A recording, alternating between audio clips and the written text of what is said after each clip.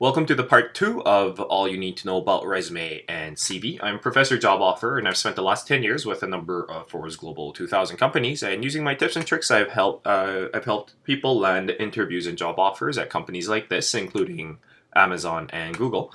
And I'm here to share with you my tips and tricks on landing your next job offer.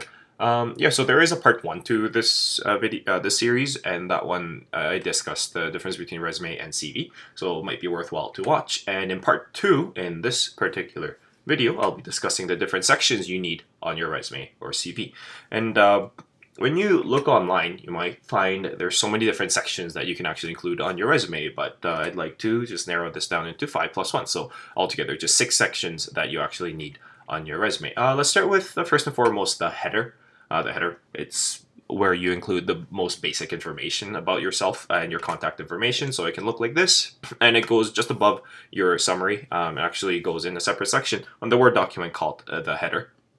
And you put your name, your contact information, and it can take many different forms like this. And if you're wondering how to create clean-cut headers, I actually have a video on that where I show you about 6 or 7 different samples as well, and what fonts you should be using. And the very next section that actually goes right below your header is, in fact, your summary. Sometimes we call this the summary of skills, or some people might call it qualifications, or even profile as well. And this is where you highlight your skills, experience, and achievements in a brief format. So think of it as like a preface of a book. Not that I don't think many of us really read the preface, but the skills, as mentioned, you want to include your skills, your experiences and achievements that are relevant to the job you're applying for. And if you have some space, it is worthwhile to include what kind of values you have and the goals that you hope to achieve with the company that you're applying for. So, let me show you a couple examples. Feel free to pause the video. So it can take 2 different forms. You can write it in a small paragraph form like this, where you can state, challenging myself with a positive attitude allowed me to excel, and as a result, I received approximately $27,500 in scholarships in university.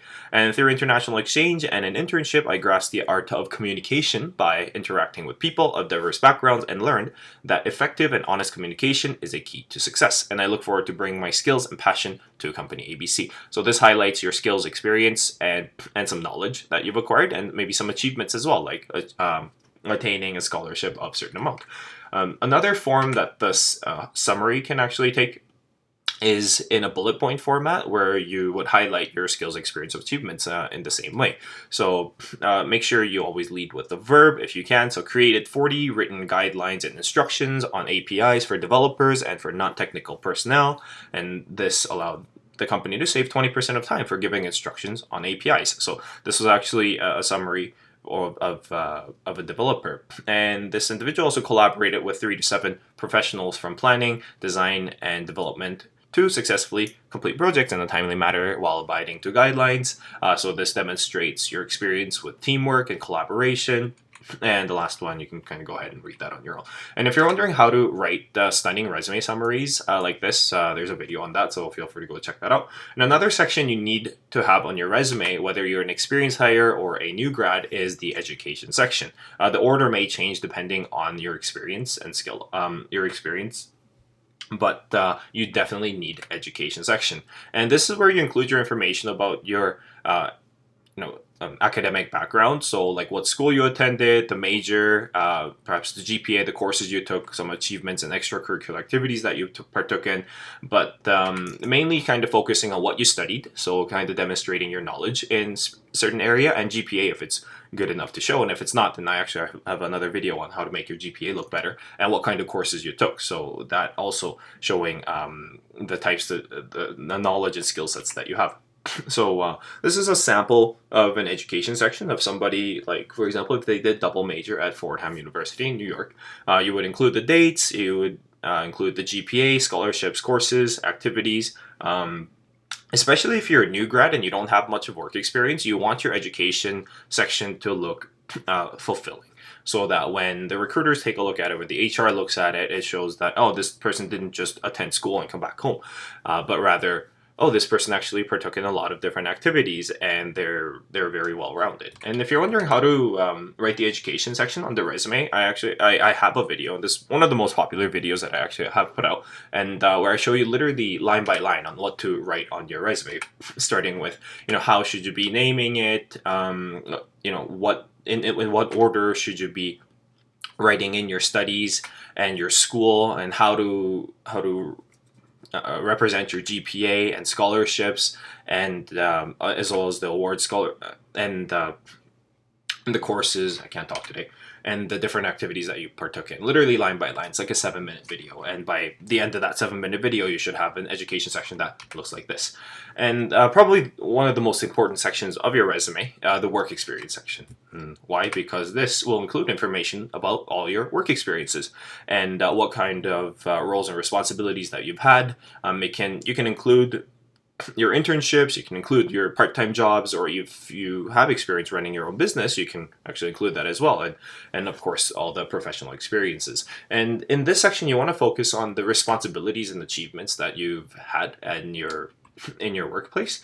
And here's a sample. So the very first line I always recommend, if you have space, you want to list what your daily responsibilities were, and then later on you want to lead with a verb to highlight your achievements in that workplace. Feel free to pause the video, but it's and you might be wondering, oh wow, how do I write something like that? And I'll explain that a little later, and how to represent the dates and so on.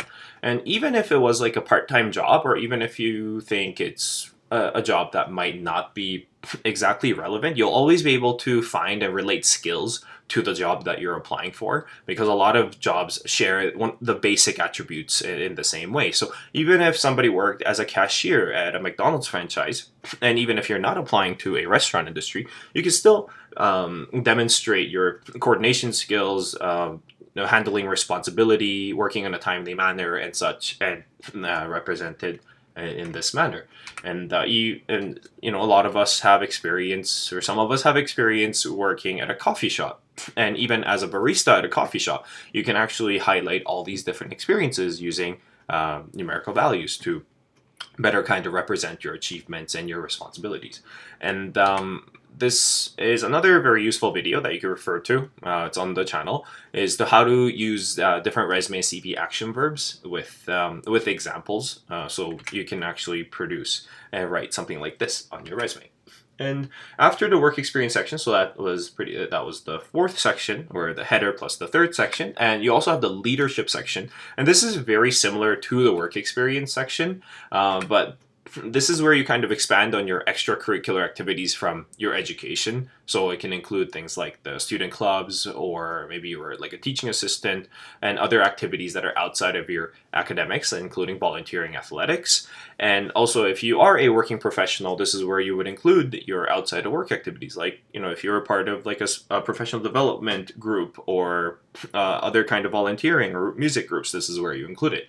And how this differs from the work experience section is that your leadership role is, well, first and foremost, you're not really necessarily getting paid for your role, and secondly, it's where you're not necessarily also putting in like full-time hours for your leadership role. And same thing here, you want to highlight your responsibilities and achievements. So this individual was a volunteer at the Olympic Games, and what did they do?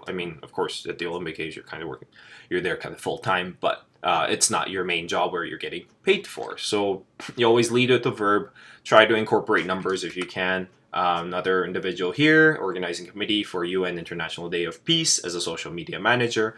What did you do? What were your daily responsibilities? And also, with a lot of these leadership roles in volunteer organizations, charity organizations, the reader or the recruiter or the HR may not have an idea of what kind of organization it is. So it may be worthwhile to kind of throw in one quick line of what kind of organization I was working, what I was volunteering with and such. And this brings us to the last section of your resume, which I'll call the other skills and interests section, or sometimes you can even call it hobbies and interests section, and certifications. So this is where you just pretty much list your hobbies and interests, and you can feel free to also highlight your certifications if you have any. And this literally just means your skills and other interests that you think may make you look well-rounded, or it might be appealing to the job you're applying for. This can also take a few different forms as well. You can list the number of different hobbies and then explain a little about it and say like, oh, active living, I like to run, work out, and do stretching to maintain balanced and healthy lifestyle 3 times a week. Or like fine arts, what about fine arts that do you do? Or like traveling, can you tell us a little bit about traveling? You can list it that way, or you can just separate it into different sections and say, oh, these are all the activities I do. I am a youth leader, I am a part of a recreational soccer league, I am a mentor, I'm a reading buddy at the library. Or you can say, oh, I'm also interested in sports or volunteering, language learning. So it can take many different forms. So just as a quick recap, the sections on your resume, it's 5+1. That's what I recommend, and it will be applicable 99% of the situations. And I say +1 because +1's a header. It goes on the very top, and then you have your summary, and you have your education, work experience, and that can actually switch depending on what kind of experience level you have. And you have your leadership, or we sometimes call that the extracurricular activities, and you finish off with skills and interests, or hobbies and interests, and such. Just going to finish you off with the quiz number 2. Quiz number 1 was actually in the part 1 of the series. On average, how many applicants do you think entry-level positions get?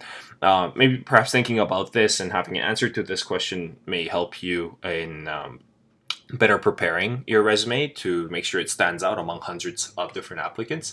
And stay tuned for part 3, where I'll be discussing the rationale, or the purpose behind why companies actually get you to write resumes and submit them, as well as 3 different tips. 3 tips including how to make your GPA look better. Even if you have not the highest GPA, it could still look very good on your resume, and I'll show you how to do that.